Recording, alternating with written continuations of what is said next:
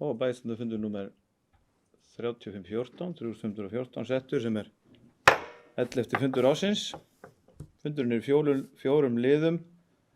Fyrsti liður á dagskrá Dalvíkurlína, aðalskipulagsbreyting.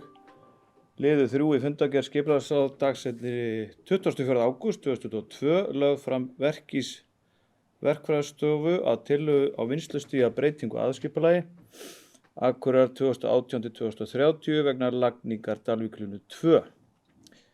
Kynningu skipulagslýsingar í samræmi við 1. málsgrein 3. greinar skipulagslaga nr. 123/2010 lauk þann 19. janúar og engar athugasemdir bárust. Umsagnir bárust frá Minjastofnun Íslands, Skipulagsstofnun, Náttúrufræðistofnun Íslands, Norðurorku, Rarik, Fiskistofu, Umhverfisstofnun og Vegagerðinni. Skipulagsráð leggur til við bæjarstjórn að hún samþykki framlögð drög að tillögu á vinnslustigi og tillagan verður kynnt samkvæmt 2. málsgrein 3. grein skipulagslaga nr. 123/2010 þegar fyrir liggur samþykki Hörgársveitar og Dalvíkurbyggðar á sambærilegum tillögum að breytingum á aðalskipulagi sveitarfélaganna. Til máls tekur bæjarfulltrúi Halla Björk Reynisdóttir og kynnir tillögu skipulagsráðs. Forseti, ágætu bæjarfulltrúar. Hér eins og forseti fór yfir komið á dagskrá til umræðu Dalvíkurlína 2 aðalskipulagsbreyting. Aðalskipulagsbreyting þessi tekur til strenglegar Dalvíkurlínu 2 og helgunarsvæði hennar. Það þess hluta línuna sem liggur inn að marka Akureyrarbæjar. Tillagan felur í sér breytingu á greinargerð og uppdrætti. Tilgangur með framkvæmdin að tryggja örugga orkuafhendingu á Dalvík með tvöfaldri tengingu við meginflutningskerfið.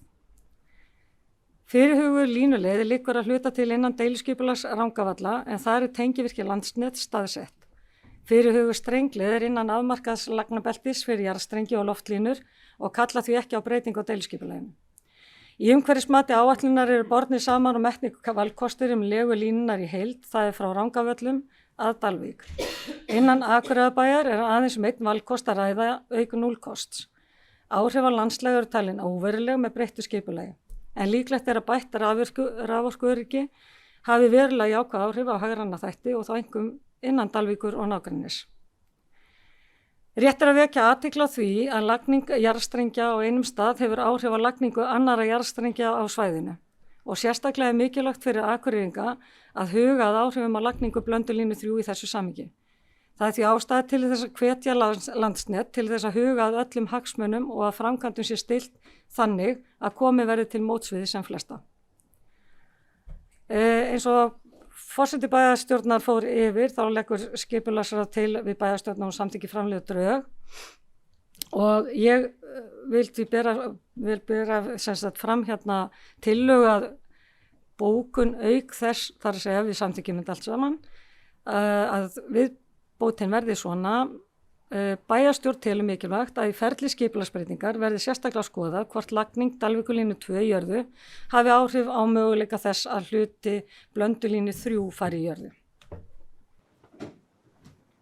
Takk fyrir, orðið laust. Nei, þeir sem geta samþykkt þessu tillögu, rétt bönd.